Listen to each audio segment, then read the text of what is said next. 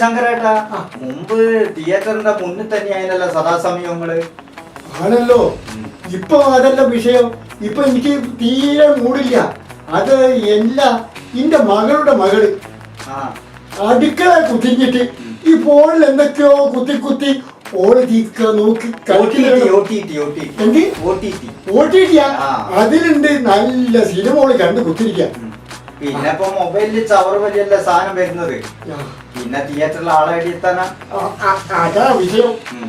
പിന്നെ വേറൊരു കാര്യമുണ്ട്. പണ്ടാരോ പറഞ്ഞില്ലേ 10,000 നെല്ലുണ്ടെങ്കിൽ എലി പാകിസ്ഥാനിൽ വരുമെന്ന്. തിയേറ്ററിൽ ആള് വരും. അതാ വിഷയം.